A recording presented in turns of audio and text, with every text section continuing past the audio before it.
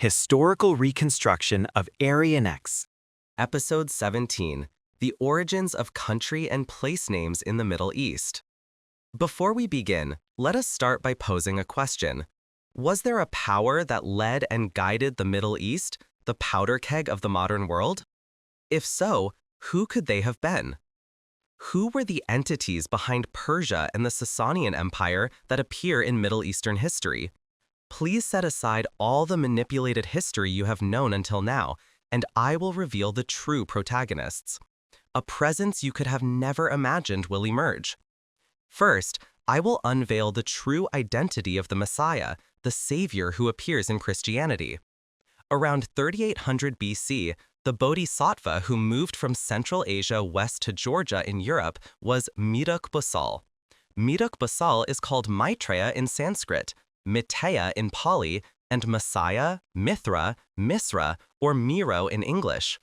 According to encyclopedias, Mehruk Basal, known as Maitreya in Sanskrit and Miteya in Pali, is currently a bodhisattva but is believed in Buddhism to be the future savior who will appear as the next Buddha.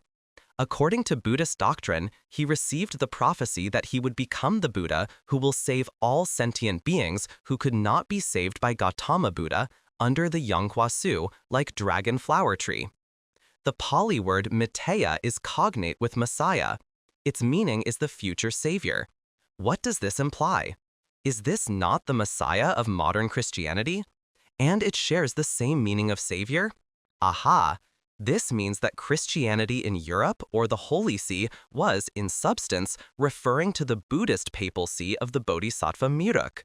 The Messiah of Christianity was none other than the Bodhisattva Mehruk, who had moved west. How can anyone believe in religion in light of this? Now, a dynasty related to this Messiah of Mehruk Basal appeared in the Middle East. Its name is the Median Empire.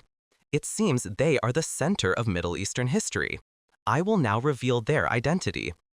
Quoting from Wikipedia on the Median Empire, 728 BC to 550 BC, Media is the name for an ancient country and its people in the northwestern part of modern-day Iran. It roughly corresponds to today's Kermanshah province, Azerbaijan, Hamadan, Tehran, and the Kurdistan region. The name Media was given because the ancient Greeks knew the region as Media, or Midea. In the Old Testament's book of Daniel, it is called Mede.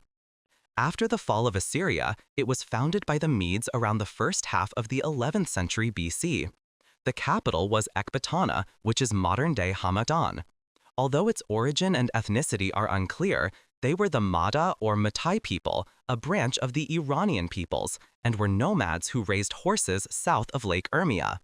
Media is said to be the name of an ancient country and people in northwestern Iran, and they were nomads who raised horses south of Lake Urmia. Are they truly Iranians or someone else? Interestingly, an identical history appears in Central Asia during the same period, where the Qianzha, the son of Heaven Emperor, resided. That country is also the Jin dynasty, which produced Qin Shi Huang. I will quote from it. From the early records of the Jin dynasty in the records of the Grand Historian, Bija lived in Gyeonggu and was fond of raising horses. He was skilled at it. When the people of Gyeonggu told King Hyolwang of Ju about Bija, the king summoned him and commanded him to raise horses in the land between the Gyeongsu and Wisu rivers. The horse population greatly multiplied.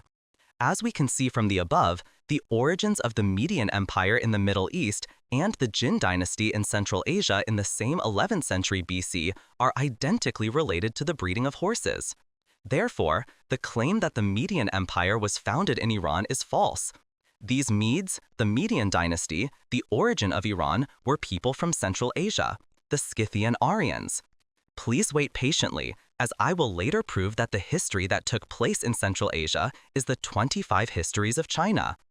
The current name of Iran is said to have come from Aryan, and modern Iran is also called Aryan. This is the problem, because the name of Iran's capital reveals that this is all a fabrication. The name of Iran's capital is Tehran. Te means land, and Heron refers to Hellas, the Greece that appears in Greco-Roman history.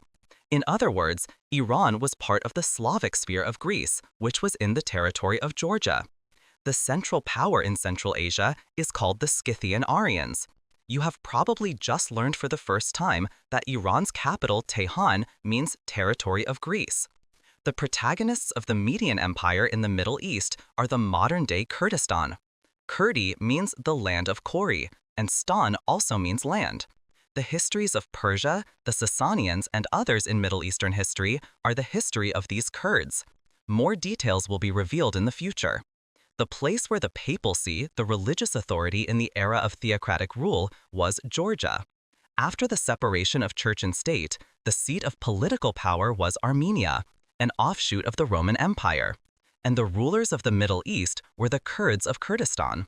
The history of Kurdistan and the history of the Chinese Jin dynasty are identical, and thereafter, the Middle Eastern dynasties and the Chinese history of Central Asia share the same historical flow. In Afghanistan, there is a place named Herat. Can you see that Herat and Iran's capital, Tehran, are the same word? If you switch the Hera and Te in Herat, it becomes Tehran, the capital of Iran. The famous rivers in the Middle East are the Tigris and the Euphrates. Did you know that the names of these rivers are all Korean? Tigris means territory of Greece. This shows that the place names today still reveal that the Middle East was within the cultural sphere of the Greek Georgians. The capital of Iraq is Baghdad. This Baghdad is the Korean word for bright land. As a side note, I omitted Libya in the North Africa section. In Tripoli, the capital of Libya, Tre means land, Po is from Is, meaning outside, and Li has a bright meaning like the pole in Poland. My apologies to Libya. In Damascus, the capital of Syria, Dama signifies a large, immense meaning, and Skus is the same as the Kus in Cusco, Peru, meaning a bright city or land of the Scythians, Kas, Kesh.